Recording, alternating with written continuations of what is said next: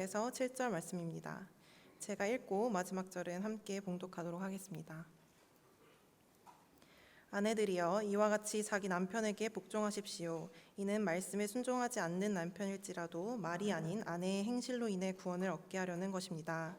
그들이 두려움으로 행하는 여러분의 깨끗한 행실을 보고 그렇게 될 것입니다.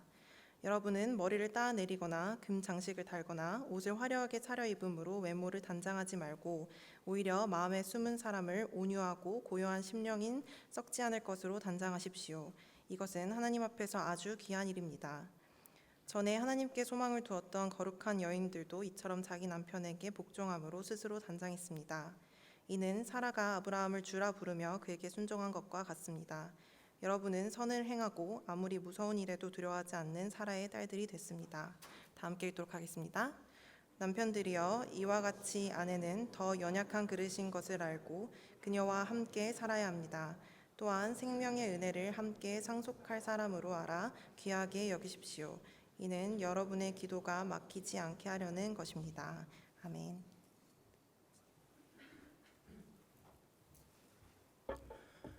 네, 오늘 말씀을 통하여서 흩어진 나그네 세 번째 시리즈인 가정생활에 대해서 함께 나누어 보려고 합니다. 먼저 우리가 어떤 배우자를 만나면 좋을지, 어떤 신랑, 어떤 신부를 만나면 좋을지에 대해서 생각해 보려고 합니다. 그리고 두 번째로 어떤 배우자로 내가 준비되면 좋을지, 마지막으로 완벽한 가정생활을 준비한 배우자 되시는 그 예수 그리스도에 대해서 함께 나누어 보겠습니다. 첫 번째, 어떤 배우자를 만나면 좋을까요? 미국 뉴욕의 애널리스트로 일하고 계시는 신순규 씨의 눈 감으면 보이는 것들이라는 그러한 책이 있습니다. 신순규 씨가 태어나고 나서 점점 이 양쪽 눈이 흐려지게 되셨는데 9살이 되었을 때 온전히 다 양쪽 눈이 다 나가서 시각장애인이 되셨다고 합니다. 그러나 그분이 일상에서의 그런 삶의 가치를 함께 나누고 싶어서 직접 이 점자 컴퓨터로 작성한 글들을 묶어서 편집한 것이 눈 감으면 보이는 것들이라는 책입니다. 여러 가지 이야기 중에 배우자를 만나게 된 이야기가 참 재미있고 흥미로워서 제가 소개를 합니다. 아내에게 결혼하기 전 배우자 위시리스트, 네가 원하는 배우자가 어떤 상이었냐라고 묻자 아내는 이렇게 대답했다고 합니다. 배우자를 위한 위시리스트를 아주 길게 만들었었지만 적어도 키가 작고 누가 봐도 날씬하지 않고 게다가 장애가 있는 사람과는 결혼하리라고는 절대 생각해 본 적이 없었다. 이 말을 듣고 키가 작고 날씬하지도 않고 장애가 있는 자신의 모습을 생각하면서 더 이상 이제 질문을 하지 않았다고 합니다. 하루는 아내가 이 결혼 전에 함께하던 한 모임에서 과연 이 정상인이 장애인과 결혼할 수 있을까라는 그런 토론을 한 적이 있었는데 그 함께 토론하던 그 여자 자매들 중에 유일하게 절대 장애인과 결혼할 수 없다라고 이야기했던 그 사람이 본인이었고 결혼할 수 있다라고 이야기한 사람들이 다른 사람이었는데 시간이 지나고 보니까 절대 장애인과 결혼할 수 없다고 말했던 본인은 장애인과 결혼을 했고 장애인과 결혼할 수 있다라고 말한 나머지 자매들은 결혼하지 않았다라고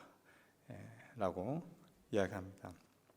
그럼 당신이 그렇게 토론을 했고 안 된다고 했는데 어떻게 이렇게 나와 결혼하게 되었느냐라고 아내에게 묻자 아내는 이 세 가지를 말했다고 합니다. 첫 번째가 말이 통하는 사람이었다.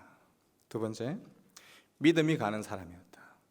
세 번째, 당신은 항상 내 편이 되어줄 수 있는 그러한 사람처럼 느껴졌기 때문에 제가 당신과 결혼할 수 있게 되었습니다 라고 합니다.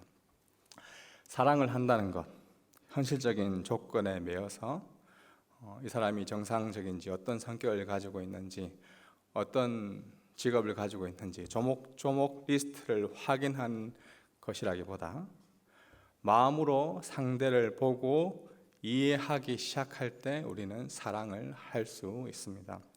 여러분은 어떤 사람을 만나서 연애하고 싶습니까? 어떤 사람을 배우자, 아내로, 남편으로 만나서 결혼하고 싶으십니까?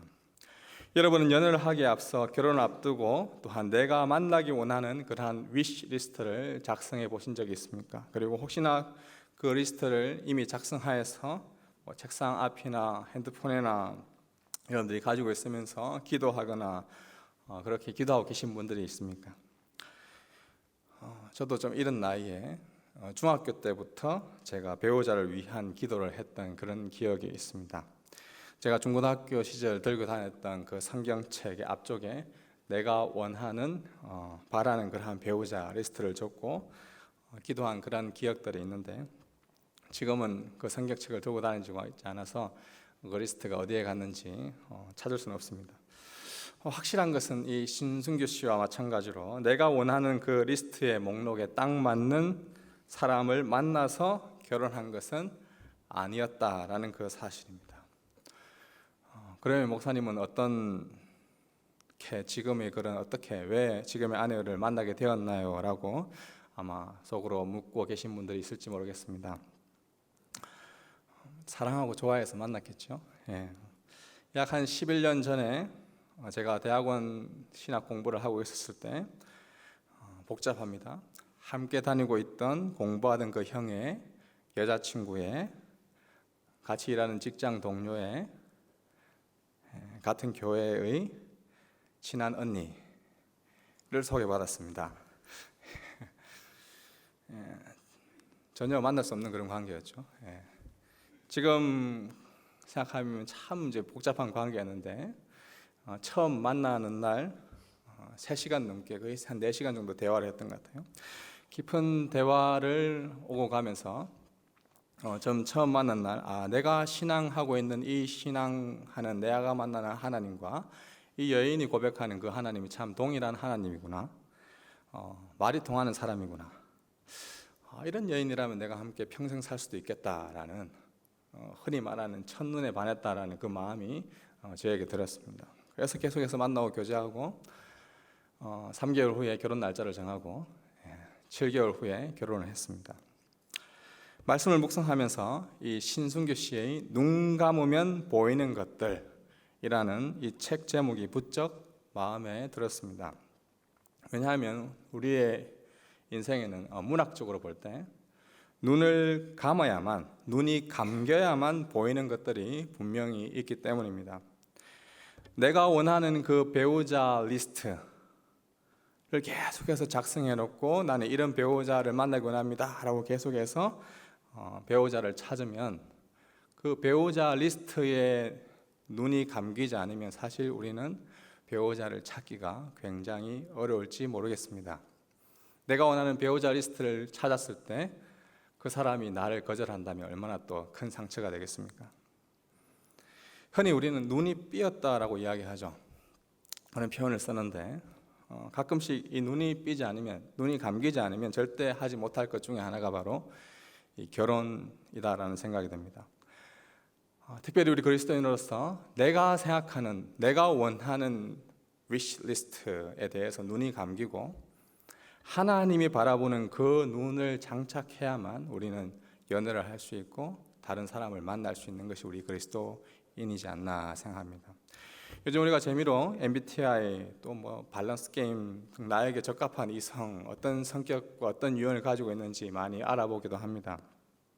내가 어떤 부류의 사람인지 알아보는 건 굉장히 좋습니다. 또 상대가 어떤 부류의 사람이겠구나라고 이해하는 데 참고하는 것 좋은 자료로 활용할 수가 있습니다. 하지만 절대 그 카테고리 안에 그 사람을, 나를 가두어 두는 그러한 우려, 저는 주의라고 말 수 있는데요. 나는 이러한 MBTI 유형이니까 나는 이러한 사람이야 라고 스스로 본인을 가두어 두고 다른 사람도 저러한 유형이니까 저러한 사람일 거라고 그 카테고리 안에 가두어 버리면 우리는 우리도 모르게 이미 이러한 사람이다, 저러한 사람이다 라고 상대방을 선입견, 편견을 가지고 바라볼 수밖에 없습니다. 이러한 것은 배우자를 선택하고 만나는데 강한 걸림돌이 될 가능성이 많습니다. 지식적으로 많이 알고 분석하면 할수록 눈이 더 밝아지고 좋은 안경을 쓴다고 생각할 수가 있겠죠. 좋은 안경을 쓰면 더 잘 볼 수 있을 것 같지만 사실 우리의 인생은 상대방에 대해서 눈이 감겨질 때 보이는 장점들이 더 많이 드러날 수가 있습니다. MBTI로 상대방을 바라보는 그러한 눈을 감으면 진짜 다른 사람의 그 숨은 내면의 진정한 성격과 성품을 이해하고 볼 수가 있습니다. 같은 이여도 수만 가지의 이가 있죠. 같은 N이어도 같은 S여도 수만 가지의 S가 있습니다.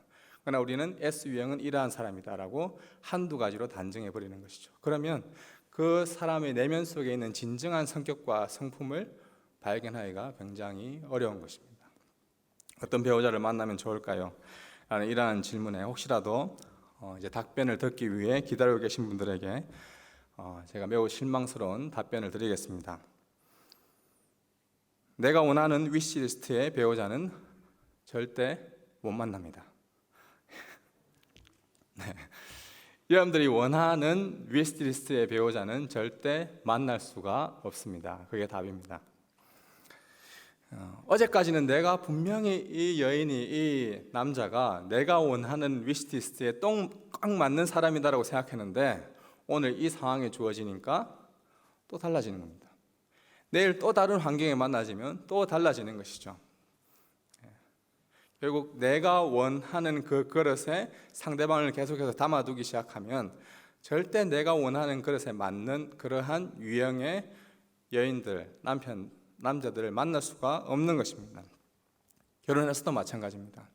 결혼 전에는 분명히 이러한 면이 나와 맞아서 결혼을 했는데 결혼하고 보니 이러한 면 때문에 오히려 나랑 안 맞다라는 그런 생각이 훨씬 더 들 수가 있습니다. 결혼 전에는 사근사근하게 계속해서 조곤조곤 말하는 것이 나에게 굉장히 따뜻한 스윗한 말로 들렸는데 결혼하고 나니까 이렇게 지겨운 잔소리가 될 수가 없는 거죠. 결혼 전에는 묵직하고 침묵하면서 가만히 있는 듬직한 모습이 너무나 보기 좋았는데 결혼하고 나니까 입에 본드가 붙어 있는지 도저히 말을 하지 않는다. 왜 이렇게 저 사람은 묵뚝뚝할까? 말 한마디도 하지 않을까? 결혼 전에 생각했던 나의 위시리스트와 실제로 살아보니 달라지는 것이죠. 흩어진 나그네로 살아가는 여러분, 그렇기 때문에 우리는 어떤 배우자를 만나면 좋을까에 집중하기보다 내가 배우자에게 어떤 사람이 되면 좋을까 여기에 더 집중하며 그러한 남편, 그러한 아내로 준비되는 것이 먼저 우리에게 필요합니다. 많은 사람들이 배우자 위시리스트를 작성하고 이를 위해 기도합니다. 저도 그렇게 해봤던 사람으로서 하지 말라라고 말하고 싶지는 않지만 분명히 그런 것도 하십시오. 하나님은 우리의 세미한 음성, 우리의 그러한 모든 소리 하나님께 고백하는 것들을 분명히 들으십니다. 그러나 가정생활을 준비하는 흩어진 나그네로서 내 배우자는 이러한 사람이 되어야 해 집중하기보다 나는 이러한 배우자, 하나님께서 예배해 놓은 그 사람에게 이러한 사람이 되어야지 라고 나의 모습을 바라보는, 나의 내면을 바라보고 준비하는 것. 다시 말하자면 사귀고 싶은 남자, 만나고 싶은 여자, 바로 그 사람이 바로 내가 되어야 되겠다는 하나님 앞에서 그런 다짐을 하고 결단하고 준비되어 가는 것이 우리에게 더 필요한 지혜로운 방법이라 생각됩니다. 그런 의미에서 두 번째로 어떤 배우자로 우리가 준비하면 좋을까요? 내가 어떤 아내로, 어떤 남편으로 준비되면 좋을까요? 앞으로 여러분이 갖고 갈 가정을 생각하면서 먼저 내가 준비할 것은 무엇이 있을까요? 오늘 우리가 읽었던 성경 말씀은 2000년 전 로마 시대 때 변방에 흩어져 지내는 분들을 위해서 기록된 말씀입니다. 이미 결혼한 남편과 아내들에게 권면하는 말씀이지만 결혼을 앞두고 있는 아내, 이러한 남편이 되기 위해 준비하는 그러한 남자들에게 주시는 말씀으로 알고 이를 위해 기도하는 것이 참으로 지혜로운 자세다라는 생각이 듭니다. 먼저 예비 아내, 우리 여인들에게 필요한 준비를 함께 살펴보겠습니다. 1절에서 6절에 여인들에게 주는 권면의 말씀이 있고 이어지러 7절 한 절에 남편에게 주는 권면의 말씀이 있습니다. 예비 아내로서 우리는 무엇을 준비하면 좋을까요? 우리 자매님들이 한번 읽어보시겠습니다. 1절, 2절입니다. 아내들이여 이와 같이 자기 남편에게 복종하십시오. 이는 말씀에 순종하지 않는 남편일지라도 말이 아닌 아내의 행실로 인해 구원을 얻게 하려는 것입니다. 그들이 두려움으로 행하는 여러분의 깨끗한 행실을 보고 그렇게 될 것입니다. 아멘. 아멘이십니까? 예. 아멘 소리가 굉장히 좋은 것 같습니다. 예, 아내들은 남편에게 복종하라라고 권면합니다. 분명 아무래도 여러분들 마음속으로 굉장히 껄끄럽게 생각하는 우리 자매님들이 계실 것 같아서 제가 급한 마음에 말씀드리자면, 이 성경은 남성이 더 우월하다라는 그런 우월주의를 절대 말하고 있지 않습니다. 이 베드로도 그런 의미로서 이렇게 권면하고 있는 것이 절대 아닙니다. 상하의 직급이 있어서 남자는 더 우월하여서 여자가 남자에게 절대 명령에 복종해야 된다, 순종해야 된다, 그런 의미로 말하는 게 아니죠.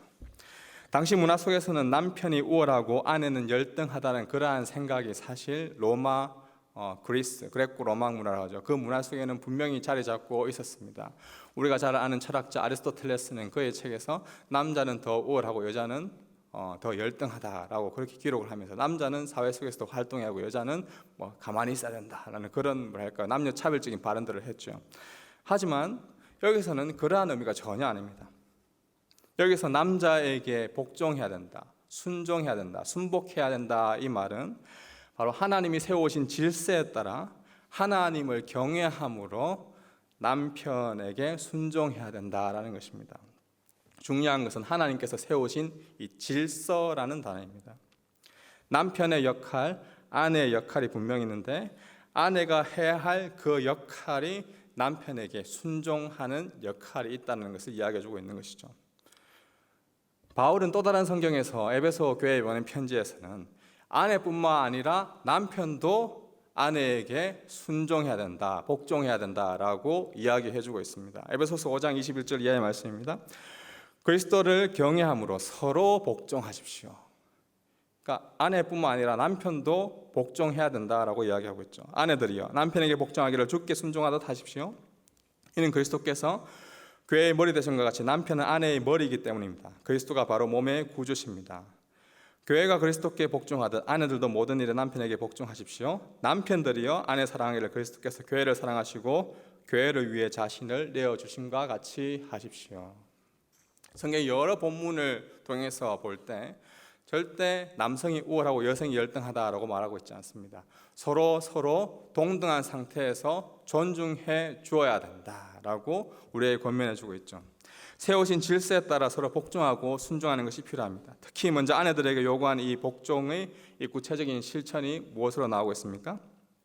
베드로전서로 다시 돌아와서 생각해 보면 2절에 깨끗한 행실이다, 깨끗한 행동이다라고 아내들에게 이야기해 주고 있습니다. 이 깨끗한 아내들의 예비 이 신부들의 깨끗한 행실 무엇일까요? 3절 이하의 말씀입니다. 여러분은 머리를 따내리거나 금장식을 달거나 옷을 화려하게 차려입음으로 외모를 단장하지 말고 4절 말씀 같이 읽어볼까요? 오히려 마음에 숨은 사람을 온유하고 고요한 심령의 썩지 않을 것으로 단장하십시오. 이것은 하나님 앞에서 아주 귀한 일입니다. 전에 하나님께 소망을 두었던 거룩한 여인들도 이처럼 자기 남편에게 복종함으로 스스로 단장했습니다.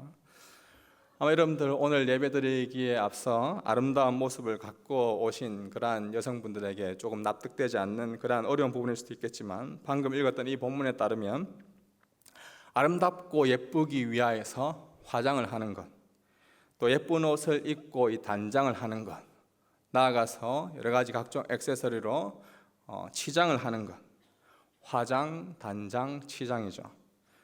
이 화장, 단장, 치장 이 3장보다 더 중요한 것은 바로 남편에 대한 순종하는 마음이다. 이것이 깨끗한 행실이다라고 이야기하고 있습니다. 남자들이 여자들에게 반하는 가장 큰 아름다움은 비록 여자들이 보기에 기가 차고 당치도 않는, 도저히 왜 저렇게 생각할까, 왜 저런 행동들을 할까 여겨지는 그러한 어리석은 남자처럼 보여도 그러한 남자들에게 순종하는 여자가 가장 깨끗한 행실을 하는 아름다운 여인이다라고 말씀해 주고 있습니다. 최근에 제가 구독한 유튜버 중에 크만추가 있습니다. 사람이라기보다 이제 프로그램인데요. 크만추 어떤 약자일까요? 크리스천 만남 추구입니다. 크리스천 만남 추구라는 말인데 개국은 조혜령과 강은도 목사님이 토크쇼를 하면서 이 크리스천의 만남을 그런 장려하는 여러 가지 내용들이 있습니다. 크만추인데 혹시나 관심 있으신 분들은 구독하셔서 보셔도 좋을 것 같습니다. 개국은 이 조혜련 씨가 사실 여러분들 조혜련 씨 사실 보통이 아닌 분이잖아요, 맞죠? 객관적으로 보면 좀 카리스마 있고 좀 센 여자입니다, 맞죠? 근데 이 조혜련 씨가 예수님을 만나고 나서 이 베드로전서 3장 1절 오늘 말씀을 읽었다고 합니다. 아내들이여 이와 같이 자기 남편에게 복종하십시오. 이 말씀을 보고 이 조혜련 씨가 굉장히 발끈했다고 해요. 뭐 이런 게 다 있어, 뭐 이러면서 그렇게 했는데 성경에 쓰여 있으니까 순종해 봐야겠다는 그런 마음이 들었고 오늘 남편이 이야기했을 때 알겠어요라고 알겠어요 순종해 보았다고 합니다. 원래는 왜 그렇게 해야 되는데 하고 막 따지는 것이 익숙한 그녀였지만 알겠어요라고 순종을 하니까 어느 날 남편이 조혜련 씨에게 이렇게 말했다고 합니다. 당신이 그렇게 알겠어요라고 이야기해 주니까 내가 당신이 더 사랑스러운 것 같아. 알겠어요라고 말하니까 더 내가 당신이 사랑스럽게 여겨줘라고 계속해서 아내의 그 사랑스러운 점을 고백하게 되었다고 합니다. 그래서 조혜련 씨는 또한 사랑스럽다니까 더 기분이 좋겠죠. 그래서 더 알겠어요 순종하는 마음을 가지고 사실 남편이 두 살 더 어린 연하라고 합니다. 그런데 이제 또 존댓말까지 쓰면서 서로 존중하며 그러한 결혼 생활을 하고 있다라고 이야기해 주었습니다. 예나 지금이나 여성들이 생각하기에 남자들 참 많이 어리고 어리숙하게 보일 수 있습니다. 심지어 오늘 본문에 나오는 이 남편들 말씀에 순종하지 않는 남편이다. 즉 교회 다니지 않는 오늘날 우리로 치면 하나님 알지 못하는 그런 남편이었습니다. 그럼에도 불구하고 하나님을 두려워하는 마음으로 하나님을 경외하는 마음으로 남편에게 순종하는 그 아내가 그 깨끗한 행실을 하는 아내가 가장 아름다운 여인이다라고 말씀해 주고 있습니다. 계속해서 특별히 깨끗한 행실을 그러면 순종하는 것이 그냥 알겠어요라고 말하는 것인가? 더 나아가서 이렇게 말해주고 있죠. 4절에 보면 우리 여인들의 마음에는 숨은 사람이 있다. 베드로는 마음속에 있는 그 숨은 사람을 온유하고 고요한 심령에 썩지 않은 것으로 단장해라라고 권면하고 있습니다. 우리 예비 아내들 여러분들이 준비해야 할 성품은 한마디로 온유와 화평의 그 숨은 사람을 잘 가꾸는 것입니다. 온유하다. 우리가 성령의 열매 시리즈를 살펴보면서 여러분들이 온유함에 대해서 함께 다 묵상해 보았을 것입니다. 바로 야생마를 길들였을 때의 그 성품을 말하는 것이죠. 다듬어진 그 성질이죠. 훈련에 의해서 깎이고 다듬어져서 스스로 조절하고 절제할 수 있는 그 힘이 생겨져 있는 그 상태가 온유한 상태입니다. 훈련에 의해 길들여진 그 성품으로 남자들을 바라보아라는 것입니다. 아내들이 보기에는 남편들의 답답함 이루 말할 수 없는 것입니다. 제가 이렇게 말씀을 전하고 있지만 신혼 초에는 말씀을 전하면 저는 집에 가기가 사실 싫었어요. 아내가 보기에 너무 답답한 게 너무 많은 거예요. 오늘은 뭘 그렇게 답답해 하실까 그분께서. 지금 뒤에 계신지 모르겠는데 답답함은 이루 말할 수 없습니다. 그러나 온유함으로 남편을 바라본다는 것, 모든 것을 다 쏟아 부을 수 있는 그러한 통되지 않는 그러한 온갖 말들을 다 할 수 있지만 가꾸어서 필요한 말만 이 남자에게 꼭 필요한 말만 전할 수 있는 그것이 바로 온유함입니다. 그 다음에 보면 고요한 심령이라고 하죠. 마음의 평안함, 화평을 가지죠. 여러분들 언제 마음이 평안해집니까? 죄송하지만 남편을 보았을 때는 여러분들 마음의 평안함을 가지기 좀 어려울 겁니다. 오히려 답답함이 더 많이 생길 수가 있죠. 여기서 마음의 평안함, 우리 화평에 대해서, 평안에 대해서 함께 나누었었는데 우리가 화평해지고 평안해지는 것은 물이 더 깊어지는 거죠. 잔잔한 물일수록 더 출렁이잖아요. 물이 깊을수록 더 고요합니다. 다시 말하자면 우리 여인의 그 숨은 사람의 마음속에 내면에 깊은 그 하나님으로 가득 차 있는 것, 하나님으로 충만해져 있는 상태, 하나님의 말씀으로 풍요로워져 있는 그 상태가 되어 있을 때 우리 여인들은, 우리 예비 아내들은 숨은 사람이 화평함을 드러낼 수 있다라는 것이죠. 특히 6절에 나오는 이 사라의 순종을 예를 들고 있는데요, 아브라함의 아내였던 사라가 겪었던 여러분들 고통들, 불안정한 그런 모습들, 사실 객관적으로 보면 굉장히 불확실했습니다. 불쾌했습니다. 심지어 위험스러운 그런 상황들 가운데 남편 때문에 처했습니다. 갑자기 잘 살고 있던 그런 지역에서 하나님께 말씀을 받았다고 이사를 합니다. 불확실한 그런 땅에, 가나안 땅이라는 곳에 걸어가야 했습니다.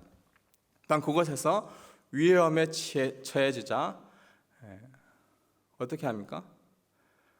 분명히 결혼한 사이에도 불구하고 내 동생인데요 라고 이야기하면서 자기가 살라고 아내를 어떻게 합니까? 동생이라 속이고 아비멜렉에게 넘겨버리죠. 위험에 처하게 만드는 거죠. 우리 여인들이 보기에는 엄청 답답하고 화나는 그러한 일일지 모르겠습니다. 그럼에도 불구하고 성경 말씀에 보면 이 사라는 그러한 아브라함에게 순종했다라고 말씀하고 있습니다. 예비 아내로서 남편에 대한 바른 말하는, 옳은 말하는 잔소리보다 더 필요한 것은 깨끗한 행실입니다. 이 깨끗한 행실은 마음에 숨은 사람을 온유와 화평으로 잘 다스리며 남편에 대해 순종하는 그 아름다움을 말해주고 있습니다. 이러한 지혜로운 우리 모든 예비 아내들 되기를 주님의 이름으로 축복합니다. 우리 예비 남편에 대해서 함께 살펴보겠습니다. 예비 남편 무엇이 필요할까요? 우리 형제들만 7절 말씀 한번 같이 읽어보겠습니다. 7절입니다. 남편들이여, 7절 말씀입니다.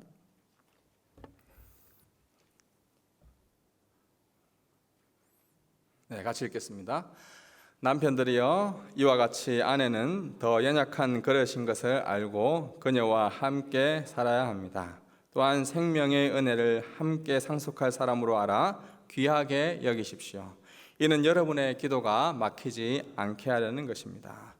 베드로가 남편들에게 부탁하고 있는 말은 아내들에 비해 짧은 구절이지만 굵직하고 무게 있게 다가오고 있습니다. 사실 남편들은 크게 말을 길게 하는 것보다 똑바로 해, 이거 해, 저래 하는 딱 한두 마디가 굉장히 중요하거든요.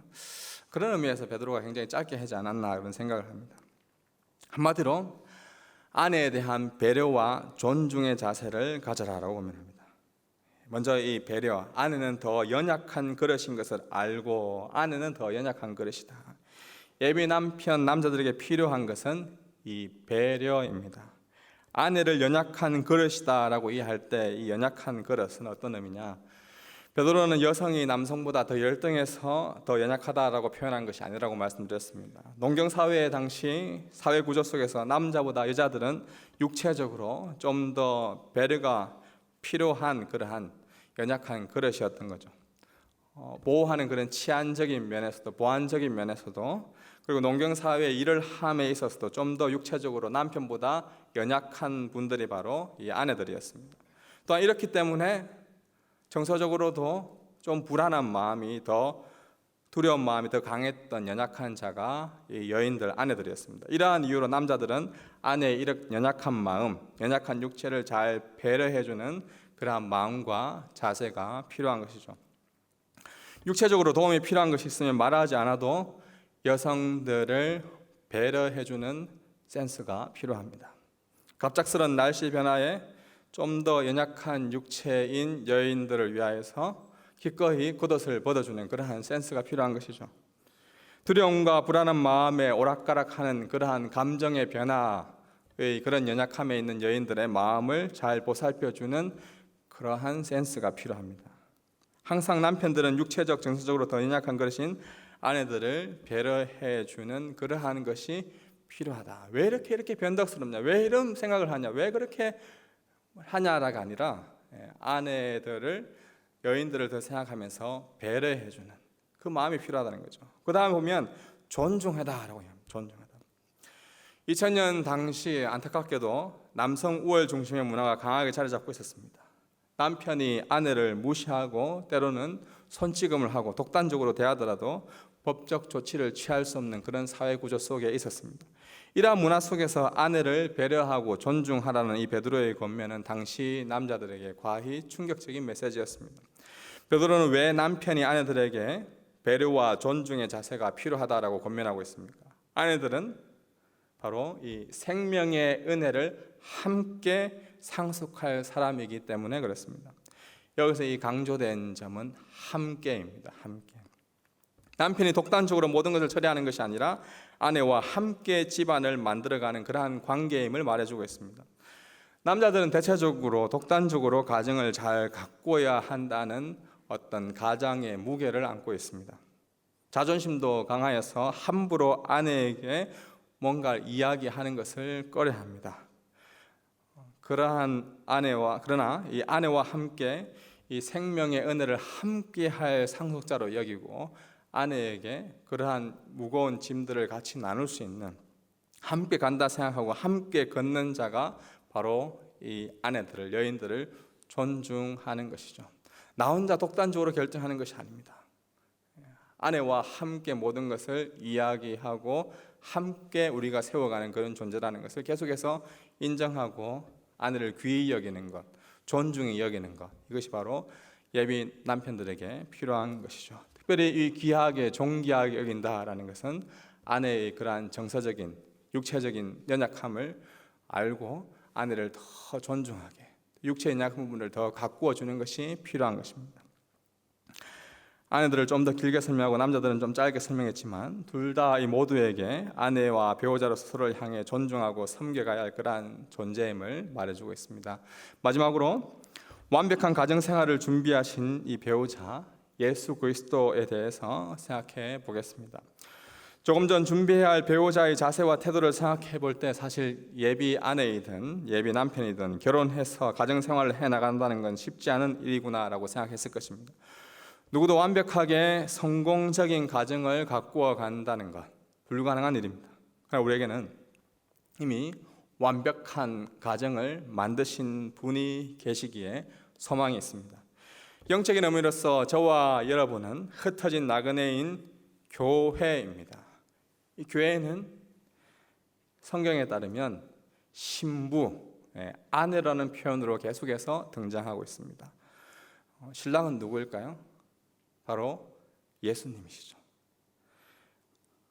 하나님께서 예수님을 신랑으로 교회인 우리를 신부의 관계로 이 결혼한 부부의 관계로 설정하면서 완전한 완벽한 가정인 하나님의 나라 천국을 하나님께서 미리 준비하고 계획해 두셨다는 그러한 표현이 성경 곳곳에 나옵니다. 그리고 가정의 신랑이신 예수님 그리고 신부인 저희들을 교회로 세우셔서 서로 이 연합한 관계, 결혼한 관계로 우리를 맺어주셨습니다. 예수님은 완벽한 가정 생활이 어떤 모습인지 미리 우리에게 가르쳐 주시고 완전히 실천하신 완벽한 신랑이십니다.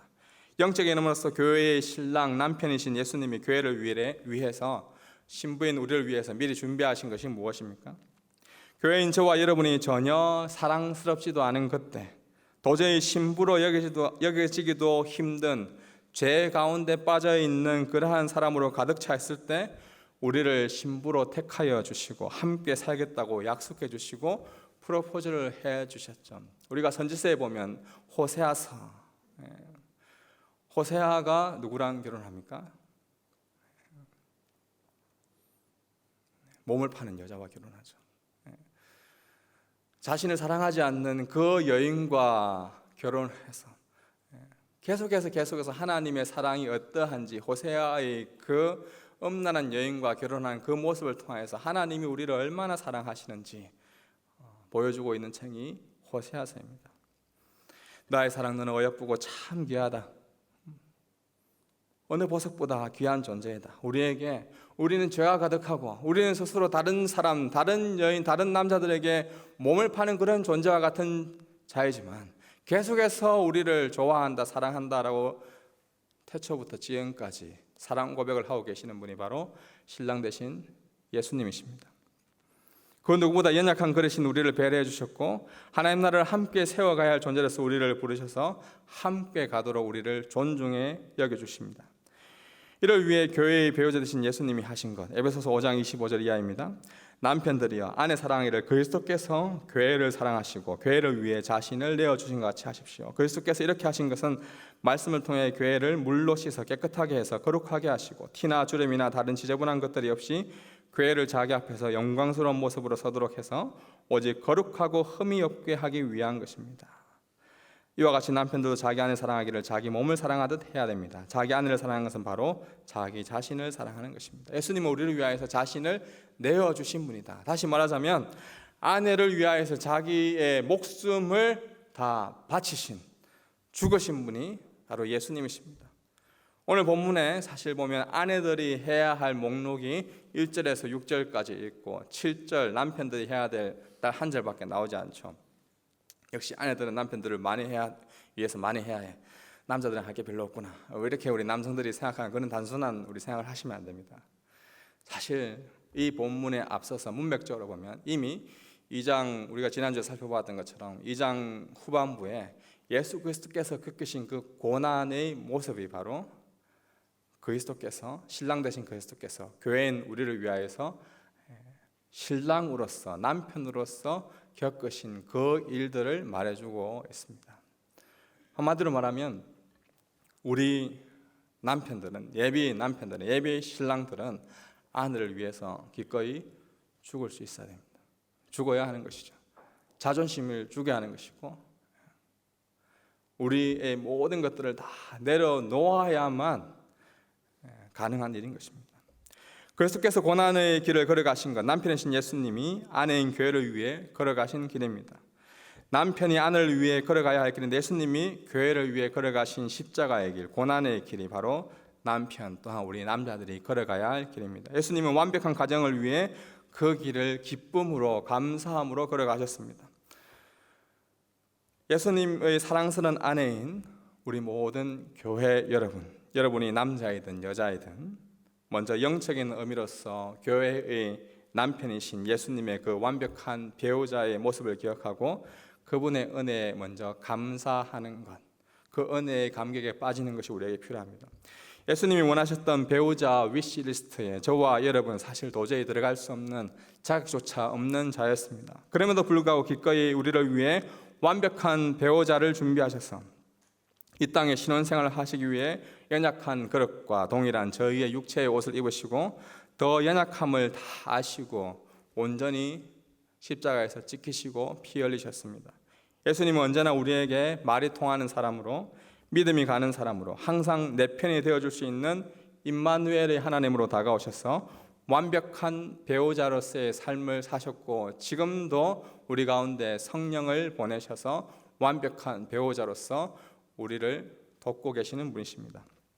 죽으시고 온전히 자신을 내어주신 그 예수님의 섬김을 생각하며 예비 남편이든 예비 아내이든 오직 서로를 위해 피차 복종하는 것, 십자가의 길을 걸어가는 것, 그것이 바로 우리가 가정생활, 하나님께서 기뻐하시는 가정을 준비하는 것일 것입니다. 그러한 믿음 가운데 기꺼이 감사함으로 걸어갈 수 있는 우리 모든 하나님 청년부 되기를 주님의 이름으로 축복합니다. 기도하겠습니다.